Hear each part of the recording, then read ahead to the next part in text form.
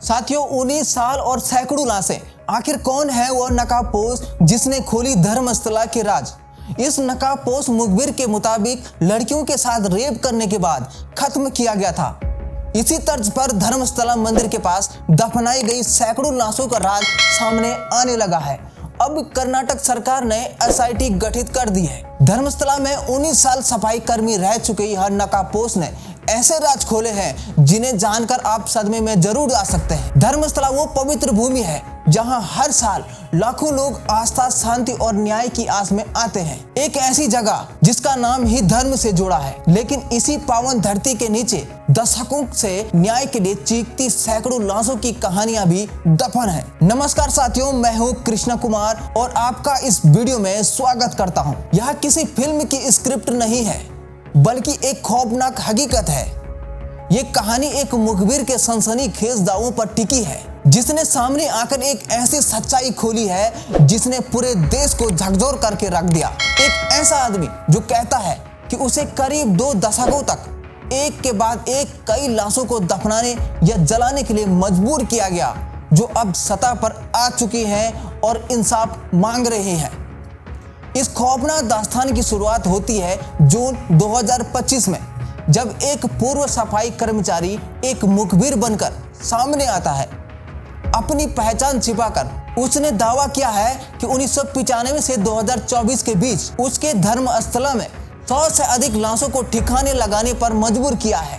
3 जुलाई 2025 को वह पुलिस के पास एक लिखित शिकायत लेकर पहुंचा, साथ में कुछ फोटोग्राफिक सबूत भी थे। मुखबिर के मुताबिक ये कुदरती मौतें नहीं थी। उसने आरोप लगाया है कि कई शव महिलाओं और नाबालिग लड़कियों के थे और कुछ पर 2 यौन हिंसा और उत्पीड़न के साफ निशान थे। उसका कहना है कि जब भी उसने इसका विरोध करने की हिम्मत की तो उसे उसके परिवार को जान से मारने की धमकी दी गई। उन्होंने यह भी कहा कि जुबान खोली तो तुम्हारे भी ऐसे ही टुकड़े कर दिए जाएंगे जैसे इन सब के हुए हैं।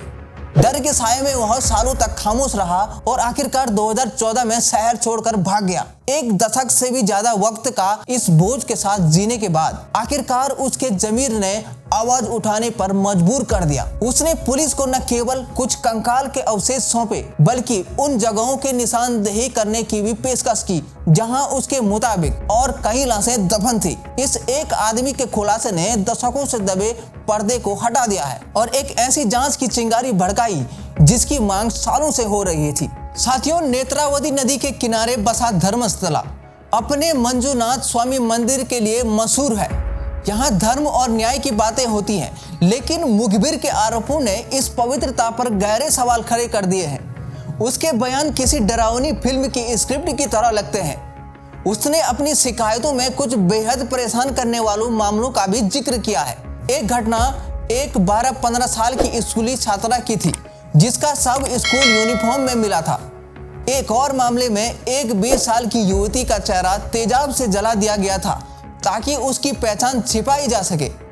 मुखबिर का आरोप है कि यह कोई 1-2 घटनाएं नहीं थी, बल्कि एक पैटर्न चलता आ रहा था जो सालों से चल रहा था। शवों को अक्सर नेत्रावती नदी के किनारे दफना दिया जाता और कई मामलों में सबूत मिटाने के लिए बिना पोस्टमार्टम के ही जला दिया जाता था। यह सब एक ऐसे माहौल में हो रहा था जहां डर का बोलबाला था। मुखबिर का दावा है कि इस पूरे खेल के पीछे बेहद रसूखदार लोग थे और इसी वजह से किसी को आवाज उठाने की हिम्मत नहीं हुई।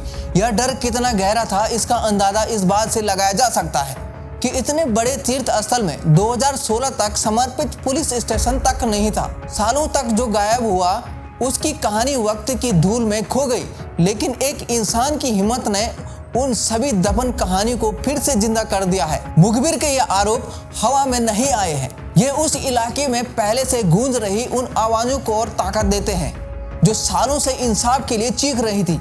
इस मामले ने 2 पुराने अनसुलझे केस फिर से सबके सामने ला दिए हैं। पहला मामला है 2012 का सौजन्या बलात्कार और हत्याकांड। 17 साल की कॉलेज छात्रा सौजन्या की बेरहमी से बलात्कार के बाद हत्या कर दी गई थी। उसके परिवार और स्थानीय लोगों ने हमेशा आरोप लगाया कि असली गुनहगार रसूखदार लोग हैं जिन्हें बचाया जा सकता है। मामला सीआईडी से सीबीआई तक गया, लेकिन 1 दशक से ज्यादा बीत जाने पर सौजन्या को न्याय नहीं मिला और अकेला आरोपी भी सबूत के अभाव में बरी हो गया। दूसरा मामला 2003 का है, जब सुजाता भट्ट नाम की एक मेडिकल छात्रा धर्मस्थला की यात्रा के दौरान रहस्यमय ढंग से लापता हो गई थी। हाल में उसकी मां ने भी सामने आकर यह आशंका जताई है कि शायद उनकी बेटी भी इन्हीं दफन की गई लाशों में से एक हो सकती है। ये तो सिर्फ 2 नाम है। मानवाधिकार कार्यकर्ताओं का दावा है कि पिछले कुछ दशकों में धर्मस्थला के आसपास के इलाकों में 350 से ज्यादा लोगों के लापता होने का अप्राकृतिक मौत के मामले सामने आए हैं। हालांकि मुखबिर के ताजा आरोपों और इन पुराने मामलों के बीच कोई सीधा संबंध आधिकारिक तौर पर साबित नहीं हुआ है, लेकिन ये एक परेशान करने वाले पैटर्न की तरफ इशारा जरूर करते हैं। ऐसा लगता है कि मानो धर्मस्थला की धरती पर न्याय हमेशा के लिए पहेली रहा है, एक ऐसा रहस्य जिसे अब सुलझाने का समय आ चुका है। जब इतने गंभीर आरोप सामने आए तो व्यवस्था की कार्रवाई पर सवाल उठना लाजमी था। मुखबिर ने जुलाई की शुरुआत में शिकायत दर्ज करी थी, लेकिन कई हफ्तों तक जमीन पर कोई ठोस एक्शन नहीं लिया गया। लाशों को निकालने का कथित कब्रगाहों की खुदाई में देरी को लेकर कई सवाल खड़े हुए। वकीलों और कार्यकर्ताओं ने आरोप लगाया कि इससे सबूत के साथ छेड़छाड़ हो सकती है और गवाहों को डराया धमकाया जा सकता है। इन्हीं आरोप के बढ़ते जनदबाव के बीच कर्नाटक सरकार ने आखिरकार 19 जुलाई 2025 को एक विशेष जांच दल SIT का गठन किया। इस SIT की कमान को DGP प्रणब मोहंती को सौंपी गई और इसमें कई वरिष्ठ अधिकारियों को शामिल किया गया। सरकार ने एक निष्पक्ष और पारदर्शी जांच का भरोसा दिलाया है, लेकिन SIT के गठन के साथ विवाद भी खड़े हो गए हैं। कुछ अधिकारियों के जांच से हटने की अफवाहें उड़ी, हालांकि बाद में इसका खंडन कर दिया गया। इससे भी ज्यादा चौंकाने वाली बात तो यह थी कि एक स्थानीय अदालत ने मंदिर प्रशासन से जुड़े कई व्यक्ति की याचिका पर गैर ऑर्डर जारी कर दिया। इस आदेश में मीडिया रिपोर्ट के अनुसार लगभग 300 से ज्यादा मीडिया संस्थानों और व्यक्तियों को इस मामले से जुड़े करीब 8,800 ऑनलाइन लिंक और URL हटाने का निर्देश दिया गया। इस कदम से प्रेस की आजादी पर हमले के तौर पर जमकर आलोचना हुई है। धर्मस्थला का मामला सिर्फ कुछ हत्याओं या गुमशुदगियों की कहानी नहीं, यह हमारे सिस्टम, हमारी आस्था और हमारे समाज के जमीर का इम्तिहान है। एक तरफ एक मुखबिर है जो अपनी जान जोखिम में डालकर सच सामने लाने का दावा कर रहा है, और दूसरी तरफ एक ताकतवर तंत्र है जिस पर दशकों से सच को दबाने का आरोप है। और इन दोनों के बीच हैं वो अनगिनत परिवार जो आज भी अपनों के लिए इंसाफ का इंतजार कर रहे हैं।